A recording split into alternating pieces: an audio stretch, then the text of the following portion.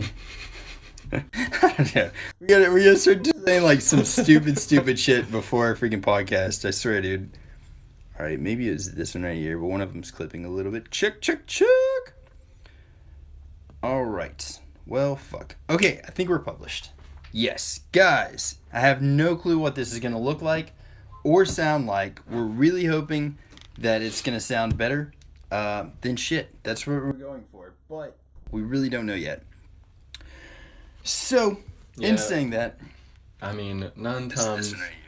It doesn't sound bad. It doesn't look bad. Fuck it, man. Okay. Let's just fucking go with it, dude. Right. We're just fucking going with it. Right. Our snow globe is not connecting to our Mevo, and our Mevo is not connecting to our Wi-Fi. Right. So literally, we are fucking riddled with problems right now. I mean, this is what we go through all of the time for some reason. Yes. I swear to God, we should have named this podcast like Technical Difficulties or something like that. Problem cast or something. The Problem Podcast. We've been, just, riddled. You don't even know how many episodes we weren't able to ever post because of technical difficulties. This is episode 69, but it's really probably episode 99. Right. We've got so many, and the ones that really suck is whenever we actually have guests on that we're like nothing able to come from it because something fucked up.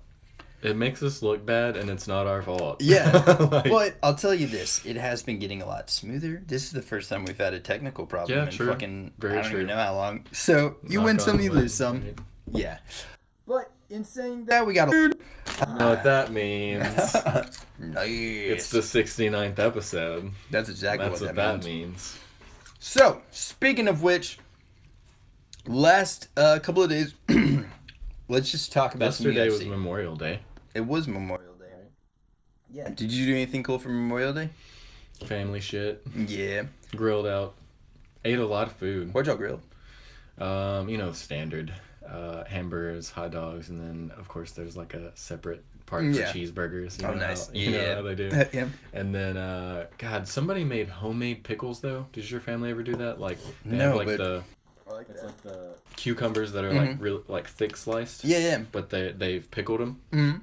Dude, so freaking way better. Good. Like I hate cucumbers. Yeah. Honestly, but those dude, I love so homemade food. Just like homemade food, you can taste the difference. Right, and then I think my aunt she makes homemade salsa, but like she makes like I'm talking. It's like a massive amount of homemade salsa. Just blends it all together. Like cilantro, all that good stuff. And then, so what I did, because I'm a, flavor artiste. Nice, that's a good way to put it. Is I took some salsa, right, put it in a little thing. And then I took some of the juice from the homemade pickle stuff, and put some of that in the salsa and stirred it up. Dude.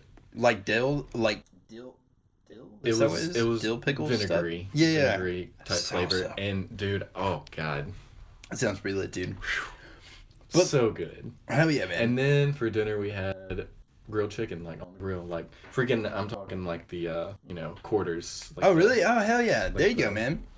Legit. It's weird because like I went to Kroger's and then I went to a couple other places. They were almost sold out of like every fucking thing. Like any kind of steaks, they're like no. But luckily I've got some in our freezer because that one time I bought all those. Dude.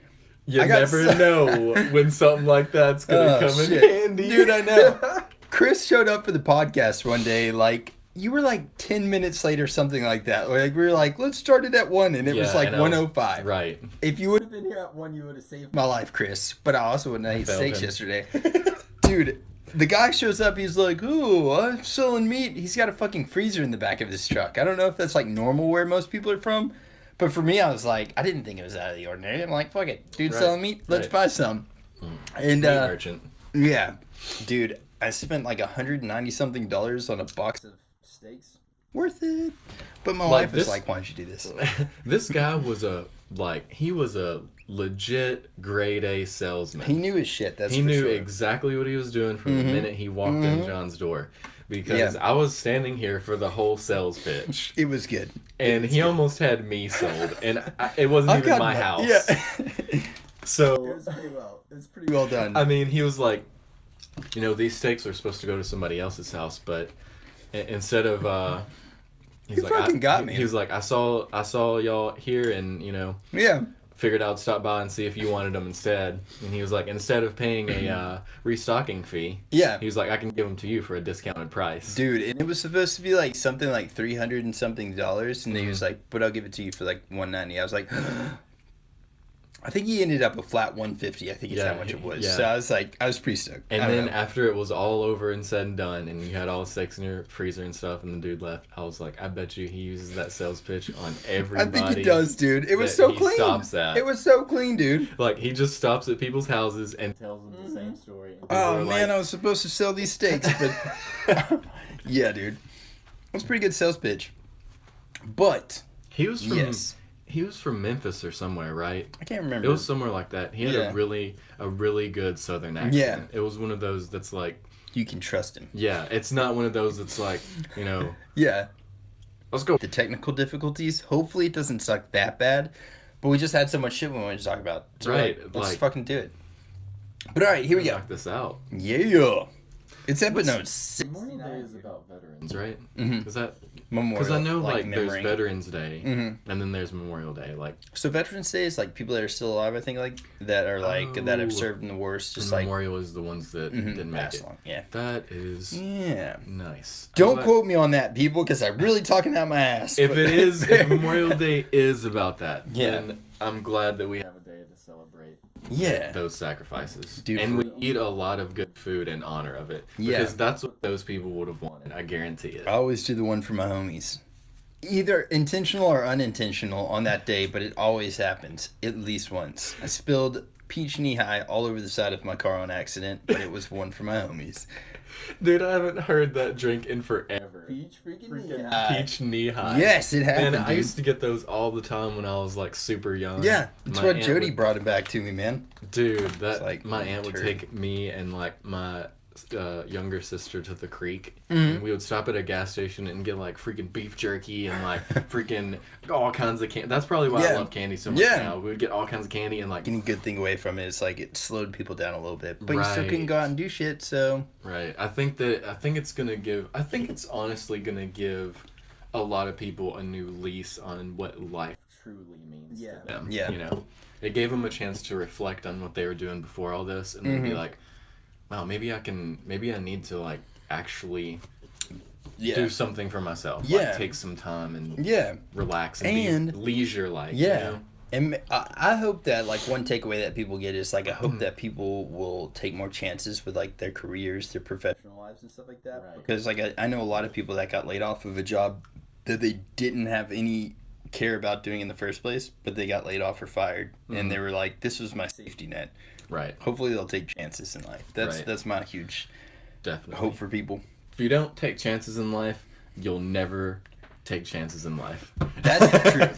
That's the fucking truth. You gotta freaking risk something. I mean, come on. Like, come on. Dude, yes. I would tell you this. No successful person has, like, just lived it safe their entire life. I feel like they gotta fucking go out and make some shit happen. One of the most inspirational things that anybody has ever said to me is nobody ever made it staying in their comfort zone. Mm-hmm.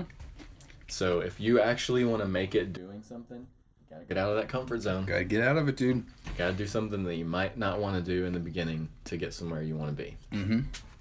But alright, guys, here we go. Let's freaking get into it. Boom! UFC. Last week, actually week before last, we missed last week, but week before last, we had Alistair Overeem, Walt Harris fought. Alistair Overeem won, which I felt like it was one of those fights that, like you said, Walt almost won that fight. Walt Harris was this close to winning that fight. If it would have been any other referee in the game, they would have stopped it. Because, I mean, Overeem was on his back and Walt Harris was destroying. Knuckles, man. Like, he was pounding his face in. Yes.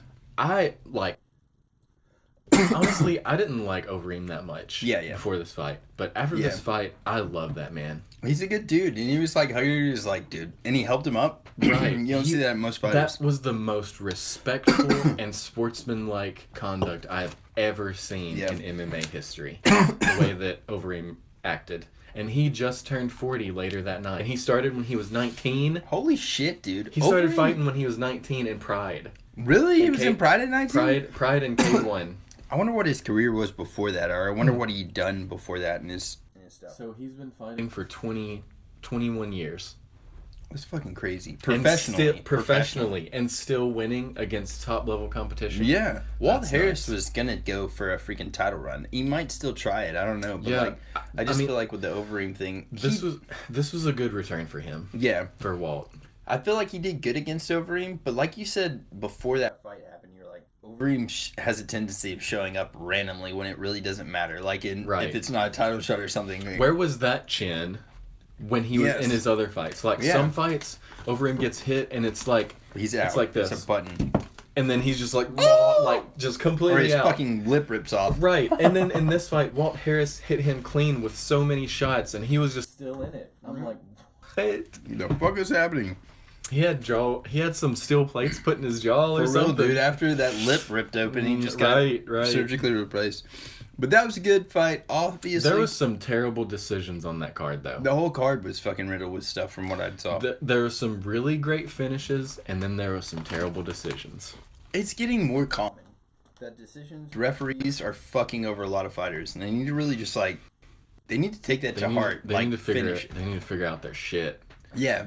But as far as fighter standpoints, don't leave it on the mat, man. They gotta either finish you, submission, whatever you gotta do, but don't let it get to those. Stop fighting for points.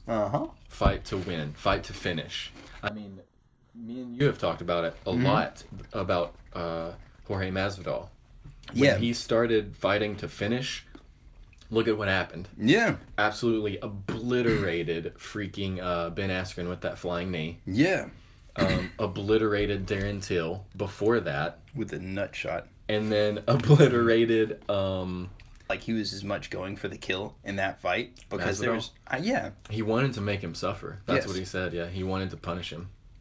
You could tell because I don't feel like there was a time in that fight where Masvidal was in trouble at all. No, even whenever he got him down, when Nate Diaz had him on the ground, or whenever he had Nate Diaz down, he was hesitating and seeing if Nate Diaz would get him in something. He didn't. So I don't. But hey, and speaking of a fight like that, Anthony Smith, Glover Teixeira, I feel like Walt Harris just ran out of gas. He did. For anybody listening, first and second round, he completely punched himself out. Yeah, and I mean, it was the punch. He was doing what he should have done. Yeah, because he was hitting Alistair Overeem hard with shots, and Overeem just survived. Or Glover Teixeira. No, I was talking about Walt Harris. Walt Harris, there, yes. Yeah, Walt Harris. Overeem survived the onslaught, so Walt Harris was doing well, but he didn't have the cardio because it was his first fight back in a while. So, but he'll be back. It's not his last fight. Lone Wolf, what up, dude? Dude, I feel like the same thing happened, though. Anthony Smith and Glover Teixeira. The same thing happened, dude. Anthony Smith was wearing Teixeira out, peppering him, wearing him out, but he was going too hard. Anthony Smith's punching output was in the first 2 rounds was probably more than he had done in 5 rounds. Oh shit! Sorry guys. It's probably more than he had done in even 5 rounds of his last few fights. Wow. It just keeps happening. But yeah, I feel like Anthony Smith really punched himself out in the first 2 rounds and then just got... And I don't know if you guys watched that fight or not, but as far as a good call from the refs to stop it, his corner, Anthony Smith's corner didn't do anything, dude. Right. We could talk about that all day long, about how the corners need to watch out for their fighters. And Anthony Smith came out later, like you said, and made a statement about how, he wants to either leave with his shield or on it. Right. And job as a coach, you're there to take care of your fighter and decide whether or not it's a good idea for them to keep taking that beating. Shit, dude, if your fighter comes to you spitting out his teeth, there's different circumstances that would be okay, you're still doing good, but here's your teeth. That sucks that you just lost your teeth, but you're still you're hanging in there. In his instance, he spit his fucking teeth out. I'm losing my teeth. Can't keep his fucking mouthpiece in. His face is fucked up. He's completely gassed. I do not see how they were obliterated. Let's just leave it. Let's just leave it and let it happen. His corner should have stepped in and been hey, we're stopping it. Yeah, we're throwing in the towel. At the end of the 4th round, for sure. There's no excuse for that one, dude. I feel What was your... No, there's not a fighter out there that wants to stop. Yeah. That like if you're fighting, you don't want that to be your call. Well, like, all right, for instance, one that I feel like should be up to the coach. Yeah. Well, like with the Tony Ferguson fight, whenever the ref called in the Tony Ferguson fight, a lot of people were like, Tony's corner should have thrown in the towel. But if you look at the way that Eddie Bravo broke it down, he was like, the first 2 rounds, it was kind of anybody's game. Mm-hmm. And in fact, he actually made Justin Gaethje, like, he almost stopped him in the second round. So they were like, all right, first round, I think we got it. Second round, we were losing a little bit, but we got him. By the end of the round, we knocked him down and almost could have finished him if we had like 10 more seconds. Mm-hmm. Third round, we lost it. And then the fourth round, we were like, shit's getting bad. But right. we thought that, like, they thought that they still at least had it a little bit, you know? Right.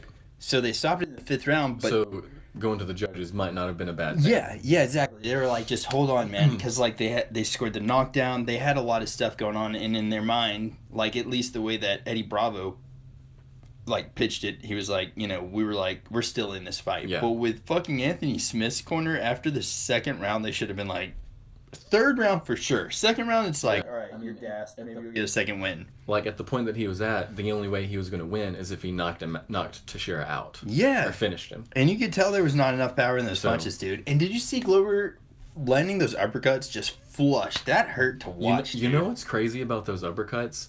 When Teixeira fought Gustafsson, Gustafsson finished Teixeira with 3 consecutive uppercuts. I mean, it was like, boom, boom, and then he was like, boom, and the third one, it was like 3 in a row. Yeah.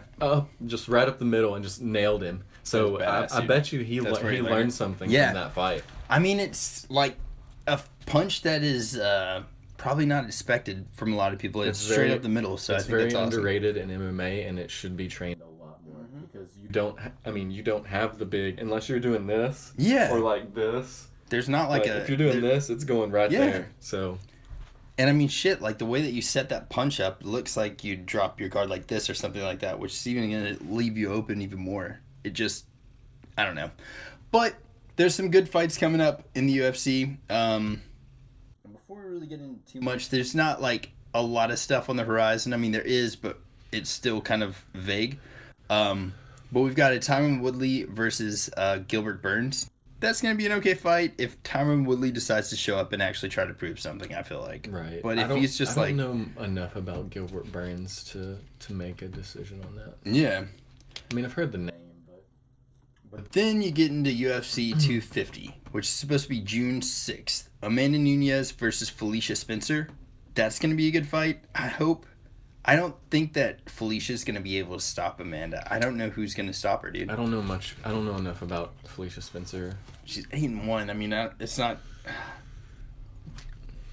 But there's actually going to be some good fights coming up. So Sugar Sean O'Malley's going to be fighting again. I think it's all going to be on this card, actually, too. I think it's on the I'm calling prelims. this right now. If Sugar Sean O'Malley... What is he, Bantam? Yeah. Sugar Sean O'Malley is going to be the bantamweight champion. I feel like he can be, for sure. Unless it gets to the point to where him and TJ have to fight, Sugar Sean O'Malley is going to be the champion. Well, him and TJ will eventually fight, I think, for sure, because TJ's about to be coming off of his thing. Where the fuck is he? I thought he was fighting somewhere... I know that... Because everybody's sitting there talking about Cody Garbrandt's coming back, and he's got new fire and stuff, and I'm like, okay, so this is the 4th time he's coming back with new fire?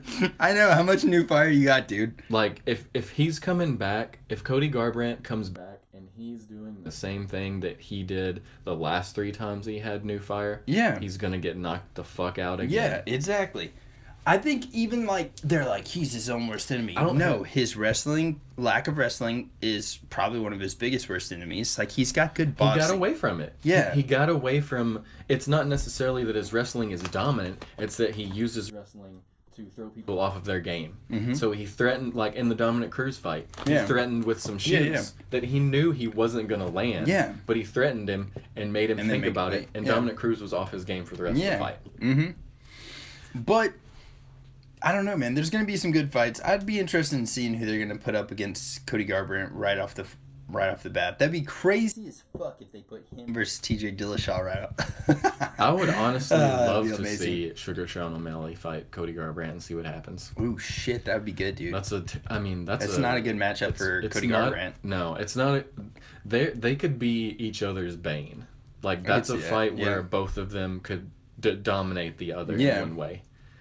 So that'd be a really good matchup. Yeah. But the bad thing is you've got Sugar Sean O'Malley, who's going to be, if they matched him up against him, it would be on his third fight back since Sugar's been gone. Mm-hmm. He's had that one fight where he just dominated. Second fight he's about to have soon, and then if he fought against Cody Garbrandt, that next one, if they just brought Cody back into that Sugar, I think Sugar's going to have like that just freshness where he's going to be like, oh. I think it's a good matchup for Sugar Sean. Mm-hmm. I think it's a bad matchup for Cody Garbrandt. Yeah. But either way, it would be an awesome fight to see. Yeah, I think so too. Especially, I mean... Bad matchup stylistically, but promotionally, it's a good matchup for Cody Garbrandt. And it's a good matchup for the UFC too, because both those guys are good names that people want to see. Fuck you in the prelims. It's only because he had that trouble with those tests that were, like, turned out to be nothing. Bullshit, yeah. And he took it on the chin, dude. But whatever. And he's been doing wrestling and, like, jiu-jitsu matches on the side, outside of the UFC. Yeah, I've been seeing it. And he's been beating people. Yeah. Like, he beat... Which is insane, dude. You remember Takanori Gomi? Mm-hmm. He was, like, the fireball kid with the Asian red hair. Mm-hmm. He beat him recently. Really? And I don't know if it was jiu-jitsu or wrestling, but I was like, dang. Yeah, dude, that guy has some experience in his stuff, too. Because Takanori Gomi was a big lightweight. Yeah, and I mean, like, and Sugar Sean is a bantamweight, so... Fuck, dude. But alright, so that's what they got going on, but also some random stuff with the UFC. Boom. Let's close out of that and click on this guy. Oh, fuck. Hold on. They got a video they're trying to load us. Don't really want to watch your video, dude. But they're right now... Song Yadong is predicting... Oh, shit. Either way... Pretty much what we're trying to get at here is predicting who will be the new UFC champions in bantamweight and flyweight now that Henry Cejudo has vacated both belts. I think that's the first time that's ever happened in history. Yeah. Where both belts have been vacated by the same person at the same time. I mean, like, I'm pretty sure he let go of the flyweight belt before this anyways. Oh, yeah, he did. But still. Nobody's filled it yet. It's both almost at the same time. Yes. So I feel like you've got a couple of options. Flyweight, not as many options. But bantamweight, dude, I feel like... tough. I mean, right there. You see those two guys? That's the only two people that I would put in contention for the flyweight title. All right, throw out their names. No, that's Figueiredo. Mm-hmm. Figueiredo and Joseph Benavidez. Either of those two guys. Yes. That's the only two that I can think of in my brain, except for maybe Tim Elliott, but he's been on a huge skid recently. Yeah. I don't know who's going to win in the flyweight division, but bantamweight is anybody's fucking game right now. Bantamweight is blowing up. Is freaking nuts. Is going to be nuts right now. Because you have Cody Garbrandt coming back, and then you have Dominic Cruz, who still wants to fight. Yeah. Sugar Sean O'Malley. TJ Dillashaw is coming back. I mean, there's going to be some killers in that division. That's going to be a lit division. Which is weird, man. I don't know why, but like a lot of fighters that I know that are in amateur right now are in that same weight class. And I'm like, what the fuck is going on in bantamweight? Like, people are either just getting smaller nowadays or something's happening, dude. But bantamweight is a very packed division. Yeah. I'd say more so now than... I mean, you've got other divisions like that are really solid, like secure belts right now. Obviously, light heavyweight. Like, who the fuck's really gonna... Like, you've got maybe Dominic Reyes is gonna come up there and fight John Jones again, but that was like a skin of his teeth that he lost type thing. So it's like... Right. And then Thiago Santos is in the mix, but like, I mean... Who knows how long it's going to be before he recovers both of his knees. Mm-hmm. Well, shit, if he's Tony Ferguson, it would have already been done by now. He'd already be fighting for the belt again. Right. Fuck. And then, so you got light heavyweight. Then you've got heavyweight with Stipe, but that's so up in the air right now. Like, Stipe doesn't want to fight yet. No. I mean, they've already, tried to get him to, and he don't want to fight yet. Mm-hmm. So... I don't know, man. I don't know what's going on, but I feel like, honestly, bantamweight's really the real main focus of this question. Like, who's going to take the next? Because I think Joseph Benavidez, in my opinion, is probably going to end up getting that belt, but I really don't know how that's going to work. I mean, this is the second fight between them. Didn't he lose the first one? Yeah, Figueiredo beat him. I think he like choked him out or something. So I don't get why they're doing a rematch in the first place. I don't know. I feel like he finished him. He may not have. I thought he did. But either way, I think Joseph Benavidez, like, in my opinion, because of lack of competitors in the flyweight division. Yeah. They're kind of like ruining that whole division just because nobody's really stale. Demetrius Johnson cleaned it out before Henry Cejudo was around, and then whenever he lost, Cejudo did he? He defended the flyweight belt like maybe once or twice. Who did he defend it against? Because I don't even know that he did that. I think no, I don't think he did, dude. Did he? Because he won the flyweight belt. Then he fought for the bantamweight. I think that was his next fight, He fought Marlon Moraes, but was Marlon Moraes bantam? I think Moraes was bantam. Maybe I don't know. I'd look into that one for sure because I'm not really sure who he fought. But if he did fight Moraes, I think they fought him at a flyweight probably because like he did a huge show of his flyweight thing, and I honestly didn't think that he even defended his belt at flyweight before. He didn't deserve the flyweight title in the first place. No, dude, him fucking beating Demetrius Johnson, the greatest flyweight in history of fighting that's ever. That's a gigantic conspiracy. It is. We need to get into that one day. Yeah. But enough talking about Henry Cejudo. He's gone. Vacated the flyweight and bantamweight belt. He was a good fighter, but good riddance. I'm glad he's out. Go somewhere else. Do something else. I don't care. Man. Hit that WWE. Go back to the Olympics. Like, whatever you want to do. Yeah. Just don't come back to the UFC. Please. Go to WWE. Yes. That would be perfect. You're soiling the name of the UFC, though. Perfect. Get Rey Mysterio Jr. to, pull a 615 on your ass. For real, dude. Or whatever it's called. I don't even know. Maybe he could start doing some off the top rope stuff. Who knows, man? But, so we've got that going on, and then still keeping with the UFC type news, we've got Joe Rogan, which I know this is... God, we have so much UFC stuff today. I know. Here we go. Joe Rogan just sold the freaking Joe Rogan podcast. Or I don't know that he sold it, but he just made a deal with Spotify. And pretty much what it's going to be doing. Exclusive deal. Yes. So Spotify only for all of his audio and video. The thing that I'm really confused about is the video portion of it. So I get that he's going to take all of his podcasts from every other platform and put it strictly on Spotify. But $100 million. That's insane. Like that. He just made $100 million. I think even on hundreds, like if you had $100 bills, that's 1/10 of a billion. You couldn't put it all on this table. Just remember that. That's insane. 1/10 of a billion. Dude, my phone is just blowing up. I'm so sorry. But yes. He did say that, like this title says, it feels gross to take that amount of money at a time like this. Mm-hmm. But Baby hooligan. He made a deal. That's business. He it's a lot of money, but I don't think Joe Rogan's the most extravagant person. Like, he's not going to go out and buy, like, 5 Lamborghinis, Yeah. So it's not like he's not the worst guy to get that amount of money. Yeah, I totally agree, man. I totally agree. He's a hardworking man. He don't even have to do the podcast. He really doesn't have to. No, he just does it for fun. He's commentating for the UFC. He does a podcast like 2 or 3 times a week. Mm-hmm. On top of that, 1,500 episodes, dude. Yeah, and it's fucking crazy. On top of that, he's once the economy gets back up, he's traveling around and doing stand up. So he's working for his money. He's a working man. But I will say this, I feel like as long as he is just selling the exclusive rights to it and stuff with Spotify, as long as he's not changing stuff and he's really not doing stuff behind the scenes, because $100 million, that could probably buy just about fucking anything. It's especially the, I don't even know what you'd call it, but like, I don't know. It wouldn't surprise me that somebody would sell their, like,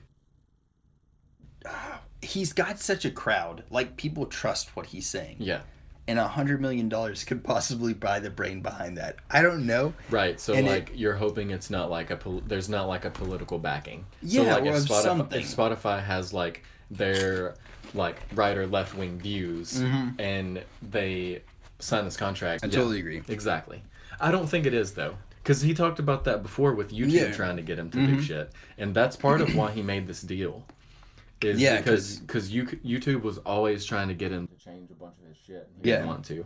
And he said that Spotify was basically said, hey, we like what you're doing, keep doing what you're doing. Yeah.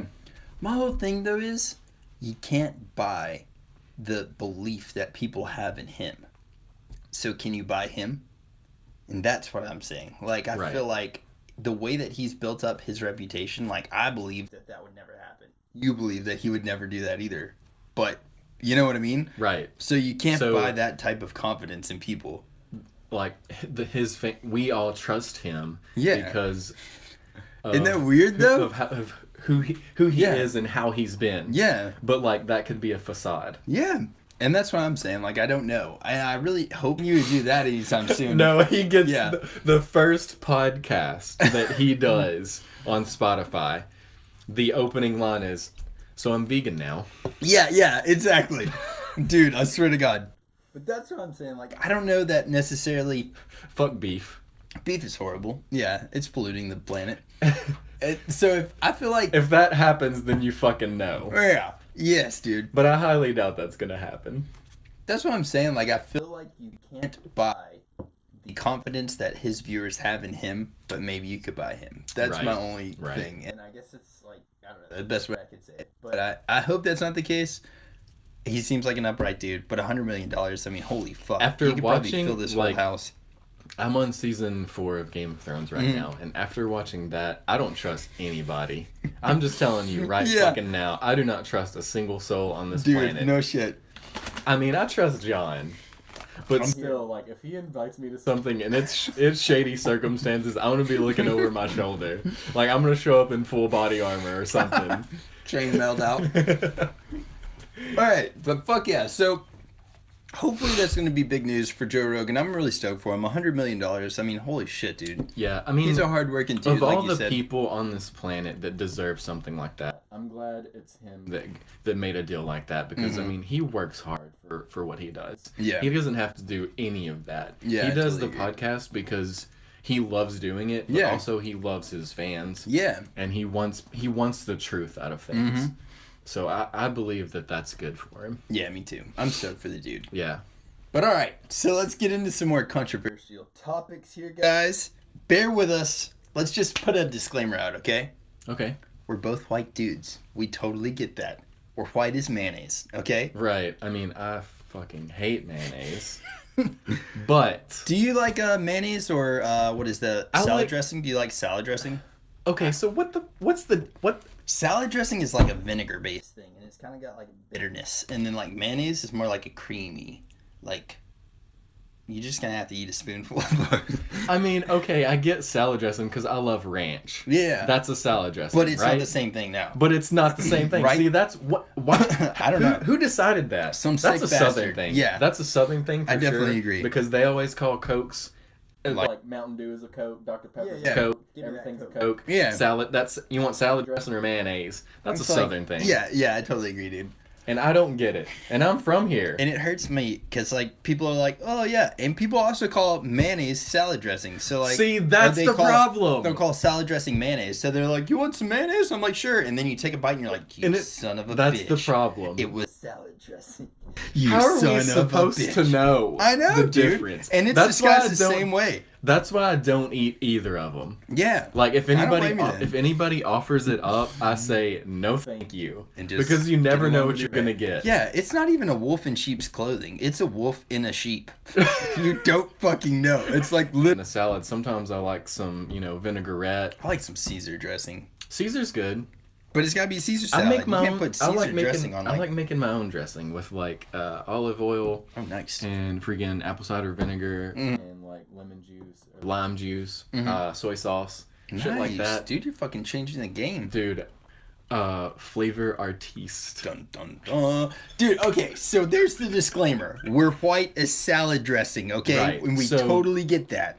So like our opinions are very subjective. Yes. And like, what we're trying to say here is neither of us are racist at all. Yes. Like, I have a lot of friends of color. Like, a lot of black friends. Like, I mean, we had black people on the podcast, and, I mean, we love everyone. Like... Yes. And so, I think, like, the best way for me to articulate this is, for me, race does not matter. If you're any color, I'm going to treat you the same. Your character is what I care about. Exactly. And if you're like a shitty person, I'm going to treat you accordingly. Right. Don't care. Like, I've always been the kind of person that if I meet someone for the first time, I automatically have a sense of respect for that person. Yeah. But if they do something to cause me to lose that respect, that's whenever I don't have respect for them. I'm not going to disrespect you right off the bat. I have respect, but if you're a freaking shit ass, I'm going to be like, fuck you. Yes. For me, like, I totally agree with that. It has nothing to do with what they look like, or their orientation, or their gender. It has everything to do with how you treat me as a person. Yes, personality is key. So, with that being said, here is our opinion on some stuff that has to deal with race recently that has happened the last 2-3 days. We keep going back to this ginger girl. All right, here we go. Jimmy Fallon is getting hit with cancel culture right now because of his blackface impression of Chris Rock on Saturday Night Live. And, do you want me to start it off for you? I mean, honestly, here's... Okay. Throw it out. So here's my thing. Yeah. As far as blackface goes, there's two types. There's the legitimately wrong type. Like where you automatically know before, like if you see someone that's blackface, like just a picture, before any words come out of their mouth, before you know anything about the situation, you can look at them in blackface and know that that's the fucked up version. And and the second one, it's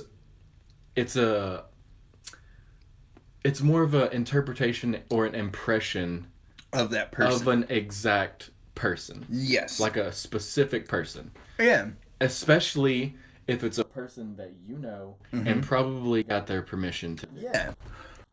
That's different. A couple of people that I would look at that I'm like, how you cannot cancel Jimmy Fallon for doing this, which is Chris Rock. He was doing Chris Rock. Chris Rock. Chris Rock. So Jimmy Fallon doing a pretty good impression of Chris Rock, by the way. Right. It's not even like it was a shitty impression or anything like that. No. It was a fucking pretty spot on. And Chris Rock might have been, I know he used to be a cast member of SNL. Chris Rock might have been a cast member at the exact same time that this skit was filmed. And I can almost guarantee you that Jimmy Fallon talked to him. Yeah. And was like, hey, we're going to be doing this skit. Can you give me any pointers? Yeah. Or you just like, but there was no malice behind this. He's not making fun of black people. No. He's not making fun of a black person. He's making fun of a person. He's like impersonating this person in a a humorous, good-natured way. Like he's just it's for laughs. Yeah. And not like as aggressive, not like a making fun of fuck that guy, we're making fun of him and want you to laugh at that person. Yes. It's like a laugh of the situation, of the skit as a whole. And I mean, look, that's like legitimate freaking makeup. They went off, dude. It's not like he went in the bathroom and was like putting this stuff on. He was like, yeah, I'm going to make fun of these black people. Yeah. It was like full on. Let's get fully into character and be Chris Rock. Yes. So that's what's happening with Jimmy Fallon right now. But you go into different people like that, like freaking Robert Downey Jr. in Tropic Thunder, freaking Kirk Lazarus. Like, how is he? Like they tried to give him backlash not too long ago. It was maybe like a month or two ago, and everybody on Twitter and stuff was like, "Don't forget Robert Downey Jr. did blackface in Tropic Thunder." Right. Most people defended him though. Yeah, and rightfully so, man. Like, here's my thing.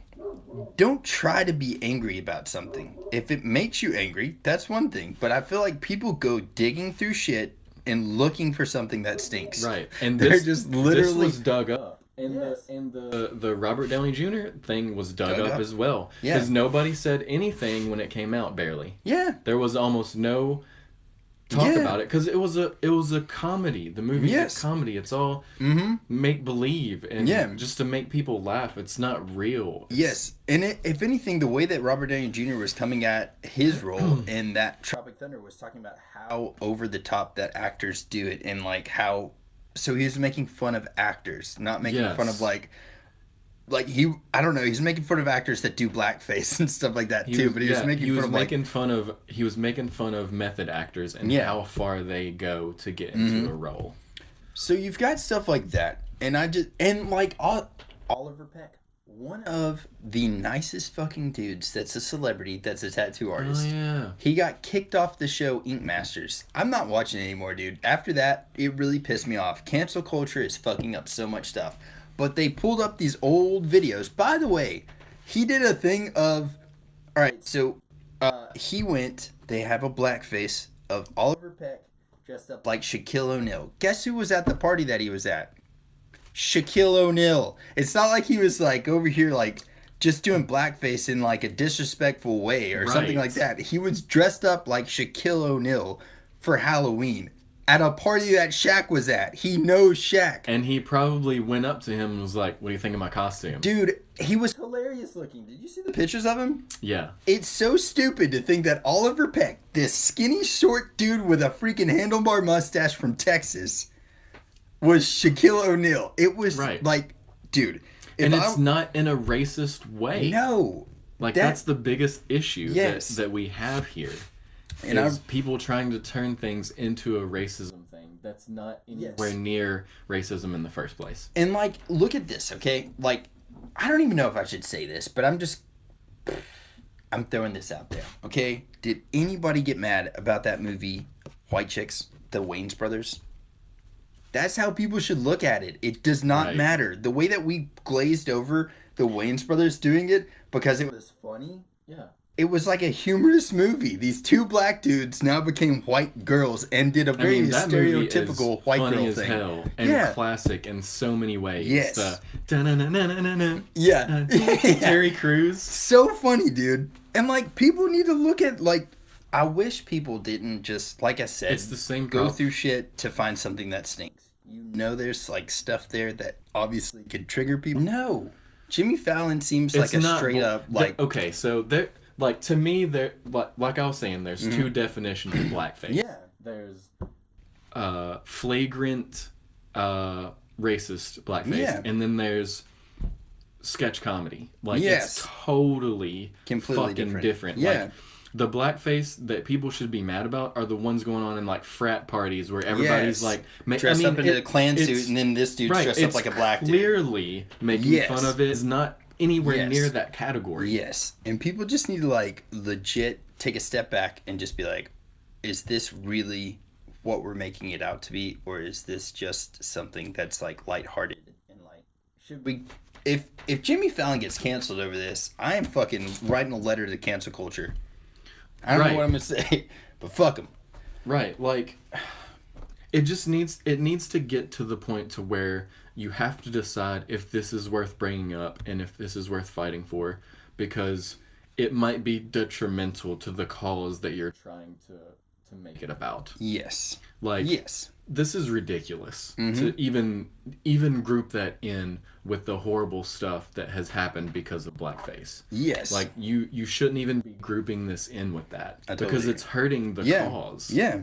It really is, dude. It's dumbing down the legitimacy of of the horrible things that blackface is. Yeah, and there's some people out there that, like, younger people out there that have no clue what blackface is, and this is their first experience with it, and they're like, this is really not that bad. They're like carrying that away. Holy fuck! Dude, there's some ants stealing the show, table, dude. And they're like carrying like what is that? Like crumbs of food. I don't know. It's like a crumb of food or something. Holy shit, dude! They're like, this one ant is carrying something that's like 3 times the size. It's fucking awesome.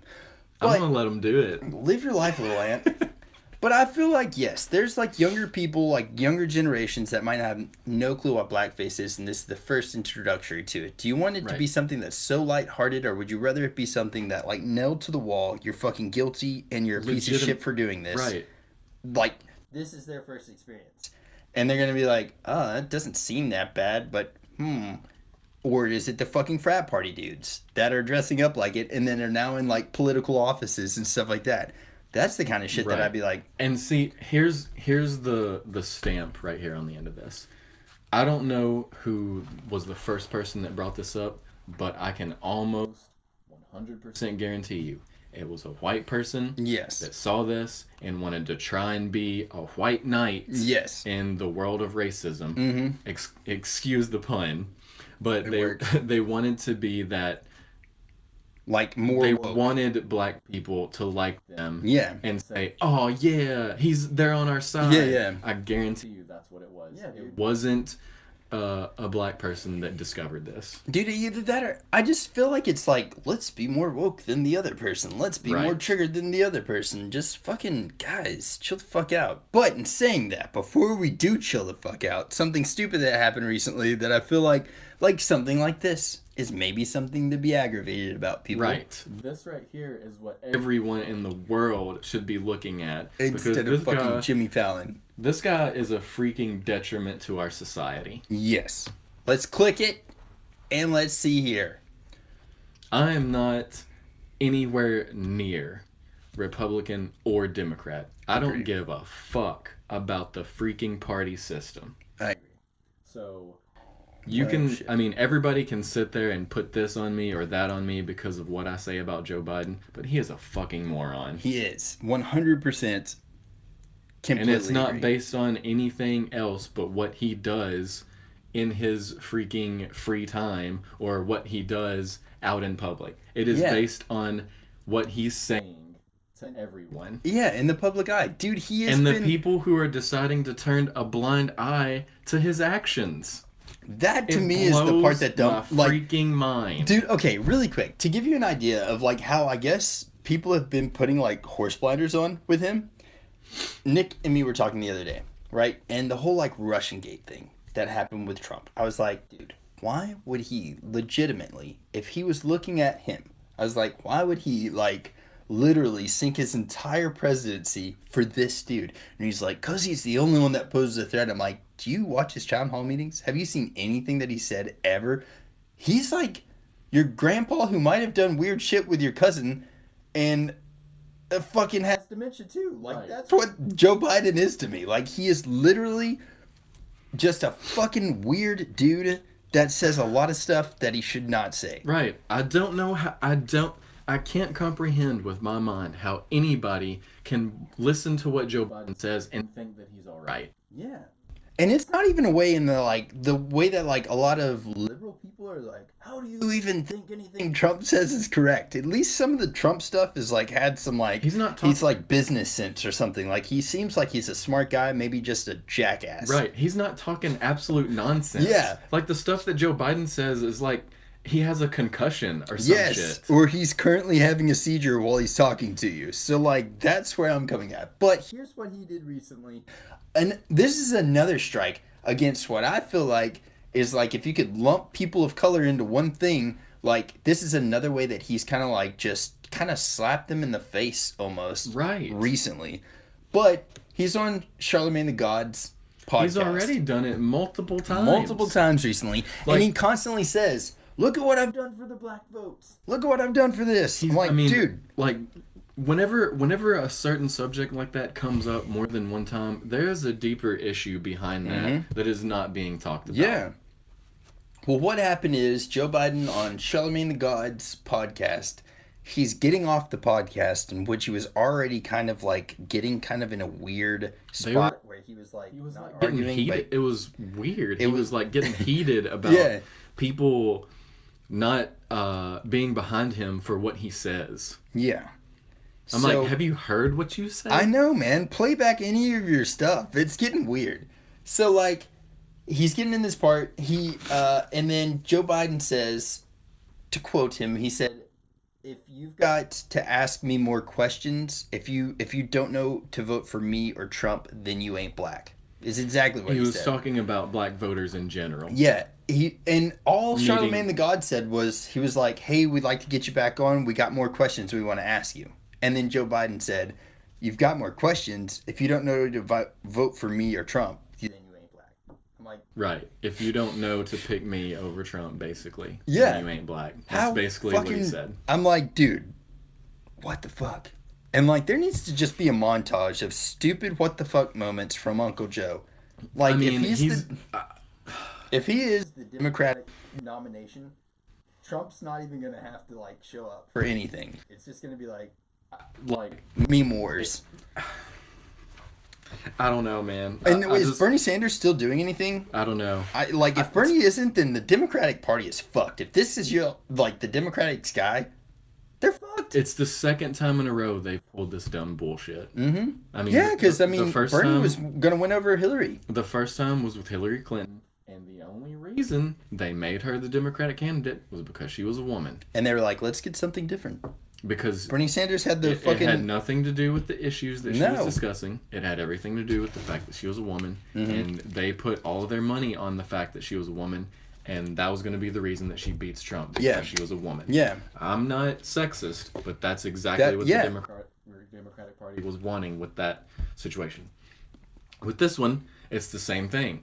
They said, "Oh, Joe Biden was Obama's vice president." Well, we got He's got that black vote. Yeah, like that's the only reason they picked him was because he was the VP. And like it's still, I mean, it's shown all the time. Former VP Biden, former VP, like, and you know what? They shove it in your face to make you think, oh, well, since he was Obama's VP, he's gonna be like Obama. Dude, yeah, and what should have been a big warning sign to everybody that was trying to back him is whenever Obama would not. Obama didn't give him his consent until he was like a major candidate for the Democratic Party. He was like, nah. And then finally he's like, Joe Biden's the man for me. It's like, dude, if you worked with him for 8 years and you weren't confident. Paid him to say that? I know. Probably a ton. No shit, dude. But I mean, like, look at it this way, dude. Oh, Biden was your running mate. So for at least a year, you were running with Biden. And then for 8 fucking years, he's your left-hand man. And then you don't, like, as soon as he's like, well, man, I think I'm going to run for president. If you're not like, dude, yes. On board then immediately. Like, what's the fucking, like, dude. There's something going on. Yeah, like. That would be like if I didn't endorse John immediately. Yeah. As soon as he announced his presidency, I was up there with him going, mother, vote for John, mother. Hype man, just holding some shirts. But Obama didn't do that. He did the exact opposite. Like, if you don't vote for John Reeves, fuck you. Yeah. But, dude, the exact opposite happened. And he was just like, nah, I'm going to wait and see how it happens. Right. But, like, he waited for it to play out before he put his... That's a sign right there. It's a big warning sign, guys. So, I don't know, man. I honestly feel like if Biden is going to be the Democratic national, like, dude... They're fucked, man. Right. Don't put your chips on a freaking horse that can't even fucking... I don't even know what. Like, there's can't finish the race. Yeah. I mean, they shot themselves in the foot with Hillary, and then they shot themselves in the other foot with Joe Biden. Yes. That's just my opinion.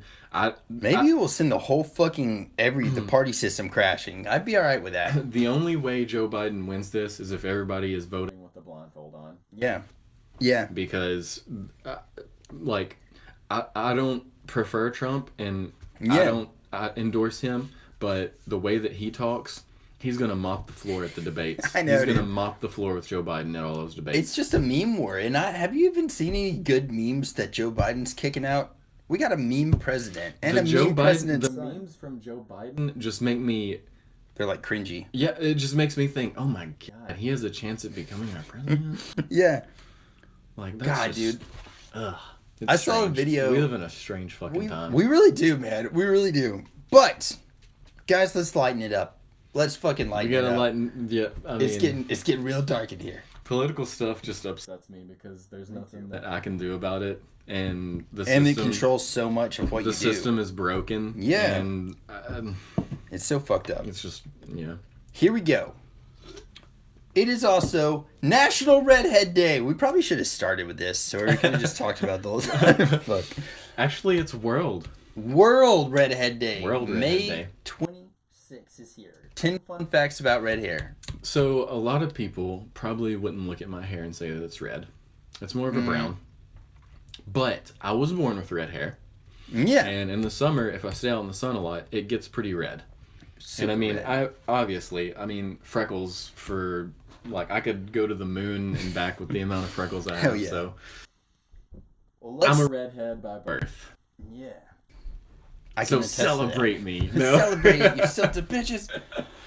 Alright, here we go. 10 cool facts about redheads that you don't even know. Less than 2% of the world's population has red hair. The highest concentration of redheads is in Scotland, followed by Ireland. That's not a big surprise to me. I guess where they're from. Right. Yeah. Having red hair and blue eyes is the rarest hair-eye color combination possible. What the shit? I'm living with a fucking unicorn in here. The funny thing is it runs in my family. Like really? My sister has fiery red hair. Very dominant gene in our blood. Yeah, dude. So alright, so here we go. Redhead Day festivals are the largest international event for natural red. Wait, alright, well that seems kind of like a...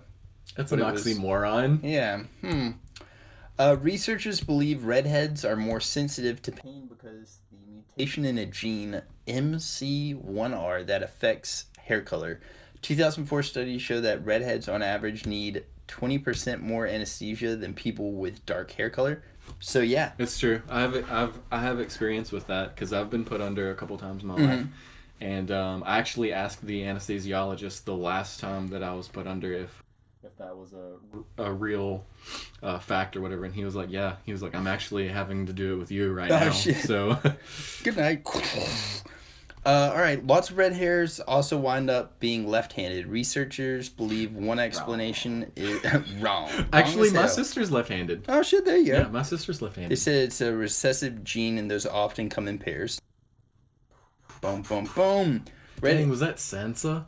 I don't know, who is that? Yeah, that's Sansa Stark. I didn't even know her name. But there you go. She's pretty hot. She ain't bad. She ain't bad. I have a thing for redheads. I think that runs in the redhead gene though. So you're because, there's a study or something that showed that redheads usually end up with other redheads. Really? Yeah. Huh.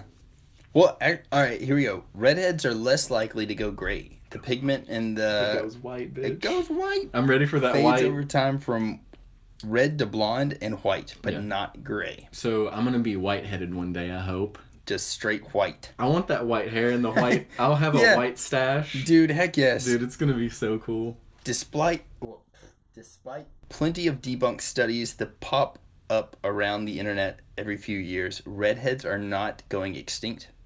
Well, there you go. Huh. Now we know that. That's good to know. Chris, you're not going extinct. That's good. Yeah, there are proportionally more redheads featured in commercials than there are in the world. What the fuck? In 2014, a study found that 30% of ads during primetime hours include someone with red hair. Dude, I feel like that's so true. That's weird. I've never even thought about that. Like the freaking shampoo commercials. How many do you remember in your head that has had a redhead in it? Yeah, like a lot. It just feels like Pro V, they're like flying that red hair all over the place.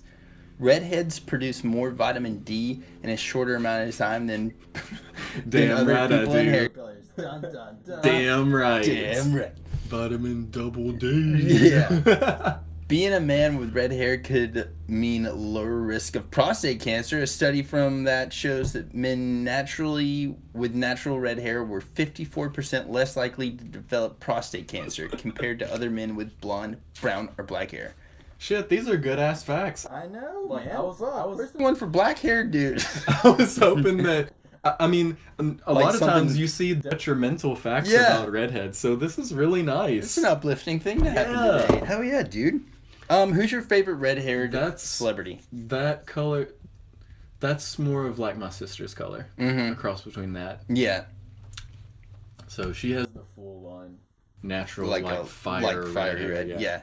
Yeah. Who's your favorite red-haired celebrity? My favorite redheaded celebrity? I mean, whenever you say redheaded celebrity, the only person that comes to my mind is Carrot Top. Oh, shit. No. And he's crazy. Yeah, he is. I mean, I can't endorse him. No. I don't know. He went off the deep end when he started doing steroids and got shredded. Shredded up. Dude, mine is the older cousin from Home Alone that's like drinking soda. Oh, yeah. That guy. I don't know what he's doing nowadays. Was Chris Farley redheaded? Or was he more of like... I think he was like a blonde, but maybe he was redheaded. I don't know. You don't see many redheaded people with his build. That's an odd one, too. That was a build, though. He had a build. Yeah, you don't... If Chris Farley was redheaded, that's mine. Yeah, for sure. Definitely. All right, guys. But I really don't know. That would have to be something that I thought about really hard because I don't know many. We're going to have to come back to that one because I really don't know either. But that's the first one that came to my mind was the dude off of Home Alone. I was like, is Macaulay Culkin? Because that's the only one out there. Yeah. Well, fucking All right, and then last but not least, we got a little video game talk. Boom. Chris, I'm going to have you take this one because I really haven't played this game ever. Obviously. And for some reason, it wouldn't let me unlock my old Steam accounts, which is dumb because I had like a ton of games on there, you know? Oh, fuck, really? And I couldn't figure it out. So I just made a new one because I'm just like, fuck it, whatever. It's 2020, I need a new start anyway. Yeah. So, boom, made a Steam account. And the first game that I downloaded was Monster Train. And the only reason I downloaded it is because I don't know if any of y'all know Mr. Fruit, but he's on YouTube and he's a Twitch streamer. Phenomenal YouTuber as well as streamer. And he always ends up playing a bunch of different games. And he posted something about Monster Train. And I looked it up because he mentioned Slay the Spire, and everybody that watches this podcast know that I love Slay the Spire. Hell yeah. So I was like, all right, I'm going to check it out. And as soon as I saw it, I was like, boom, downloaded. Done. And I don't know. It's just a really amazing game. Hell yeah. It looks cool. It looks Steam. Like, it's a... When people see or hear the word deck building game and card game, they automatically think, oh, fuck, it's boring. Yeah, yeah. This is not the case with this game. You have a deck of cards, obviously, and it's turn-based, and there's card mechanics, but your cards summon creatures, and, like, you know, they have, like, damage and stuff, and you get to see them attack and combat. Yeah. And there's spells, and there's buffs for your characters, and debuffs for your enemies, and I don't know, it's just a really fun... amazing concept for a game. So like pretty cool, dude. The concept I was telling you the other day is like there's a railway system through hell. Yeah. And the hell has been frozen over because the heaven or whatever has destroyed everything but the final piece. They call it the pyre, but it's the last piece of the flame of hell.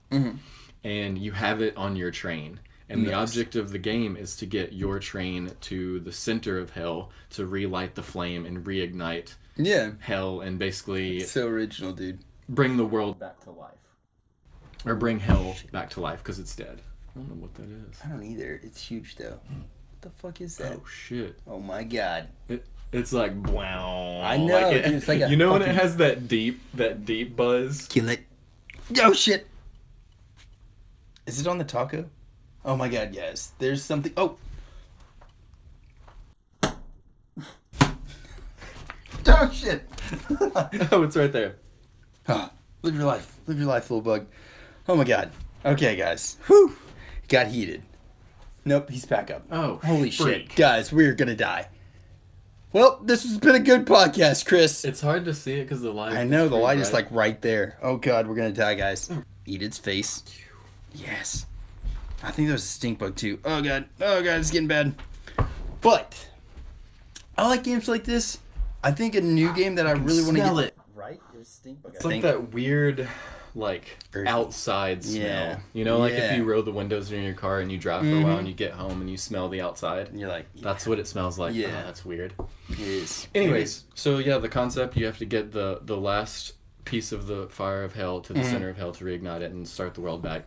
But like to get there, your pyre is on the top, and your pyre has an attack value as well as health. Oh, that's cool. So like if they make it to the top, they will attack, and then your pyre attacks back until one of them dies.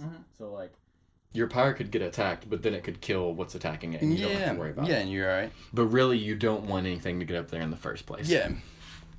But like each battle starts on the first floor, and you can put there's capacity on each floor, so you can only put a certain amount of your attack forces, on each floor. And then once the attack phase is over on the first floor, the enemies move up unless you kill them. So they're always going to move up unless you kill them on that floor. Yeah. Or you have something that like routes them to that floor for a certain for like 1 or 2 turns. Yeah. So like it's just. It's so much fun. Like, there's so many combinations of cards because there's clans. I think there's 5 clans, and you get a primary one and a secondary one. And each clan has its own set of cards. So like with the primary one, you get a certain set of cards, and then the secondary when you get that clan's cards, and you get card rewards from like winning battles and stuff like that. So, and you can remove cards, and it's just, the possibilities are endless. Yeah. And that's what I love about games like this, is like you can literally play this game for years probably never come up with all of the different combinations of cards. Especially because there's artifacts involved that give you certain abilities. Yeah. And dude, it's just so good. And whoever designed this game, amazing. Dude, hell yeah. I'm a sucker for soundtracks, dude. It's so good.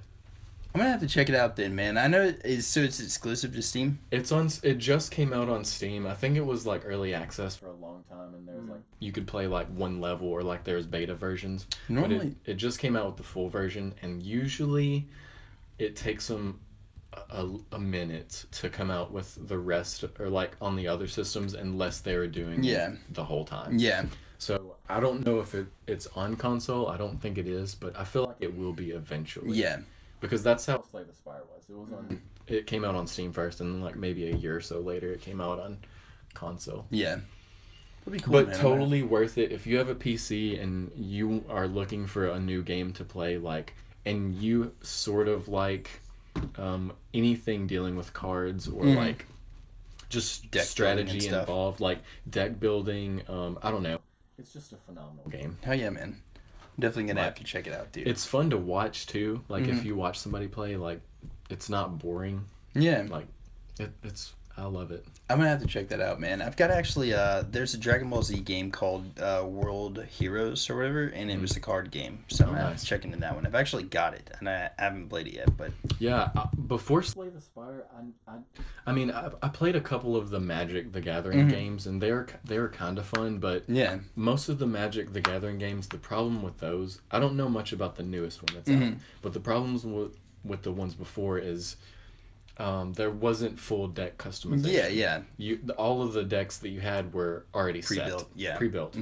And that's the biggest thing that I loved about Magic personally. You can like when I was growing up and playing it, is that I could add cards and take cards away and make it my own. Yeah, exactly. And that's what these games do, like Slay the Spire and Monster Train. You can actually edit your decks.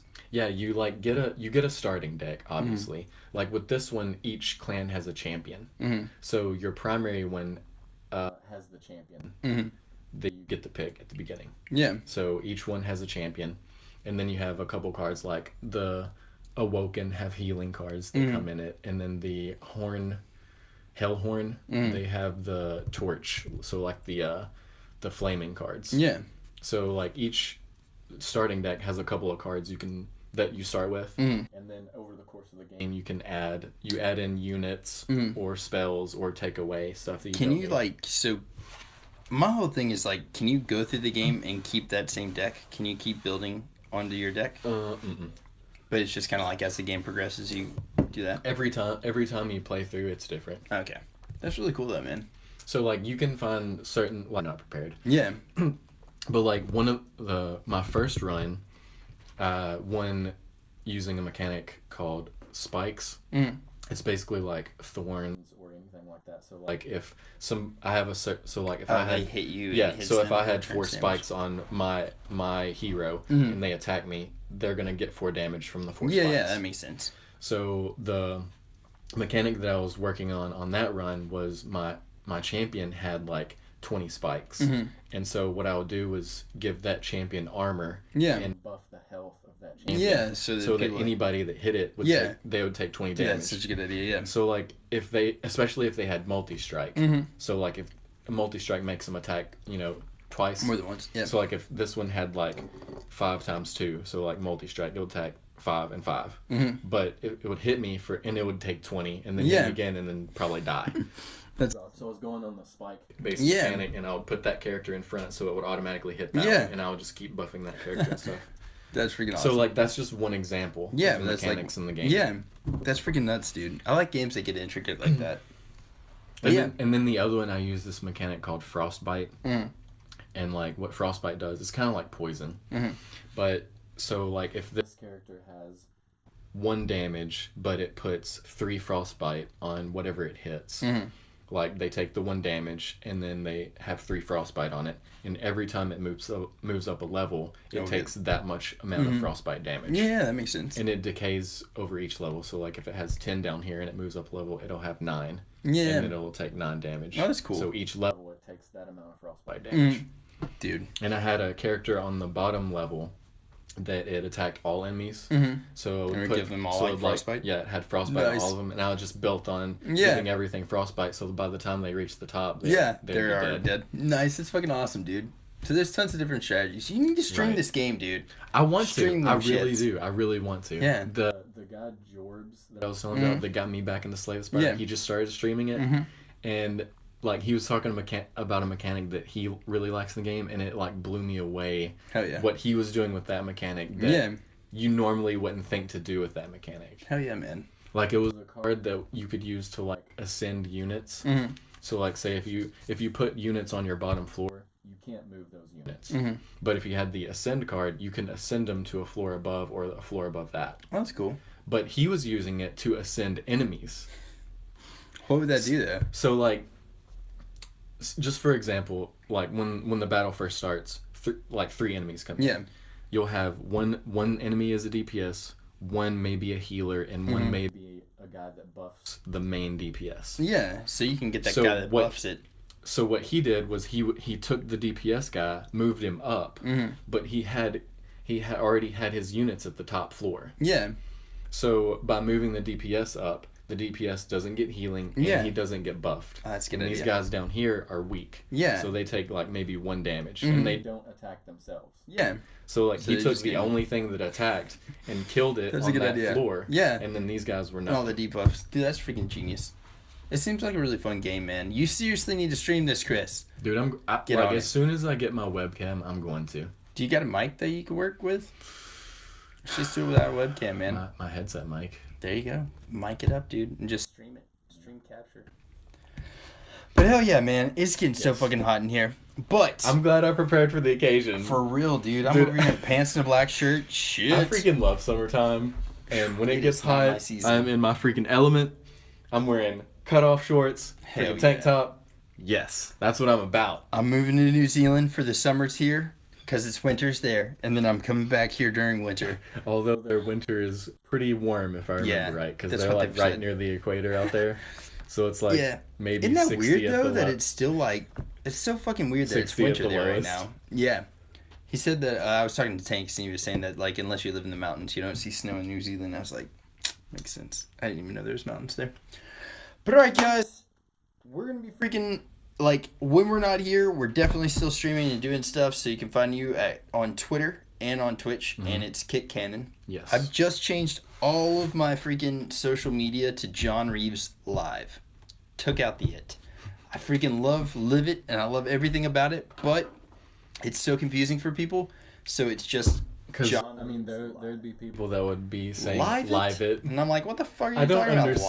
I don't understand how people said that. I don't either, dude. But everything on there now is John Reeves Live. So there you go. Y'all freaking won. You took it and you just beat me with it. And now it's just John Reeves Live.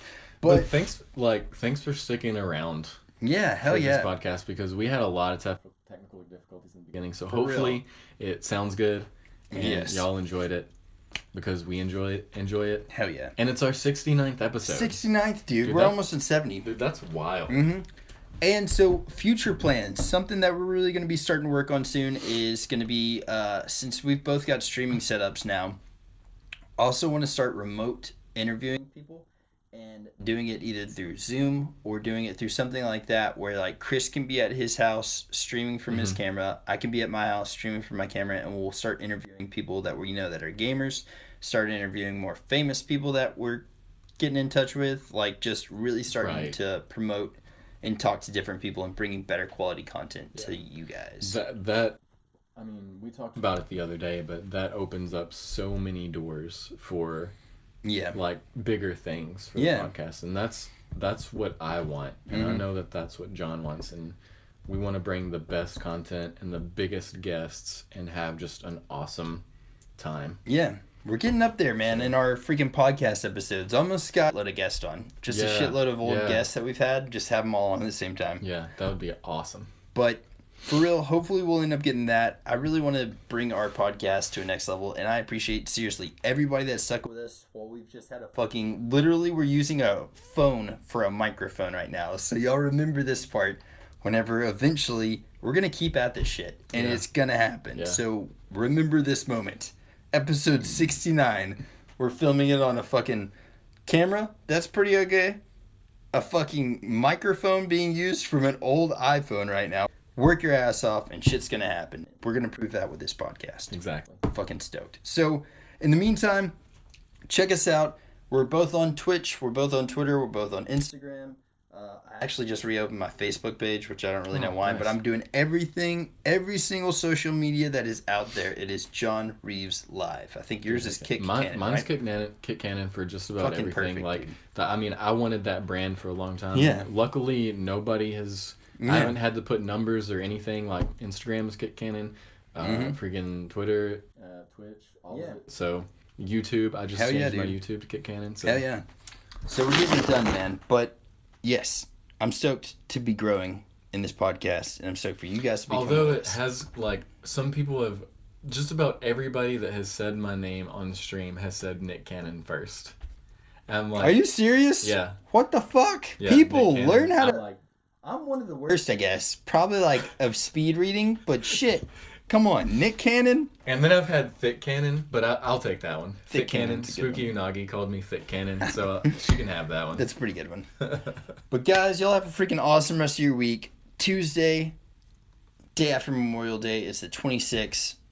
Y'all fucking go appreciate some redheads. Yeah, it's Appreciation Day. Tell them that they can have your soul if they want it. For real, fuck yeah. I'm gonna be taking some. Taking some souls. Snatching them souls. You guys have a freaking awesome rest of your week, and hopefully you'll see us post streaming very soon. Yes. Fingers crossed. We'll see you guys. Y'all take it easy, dude.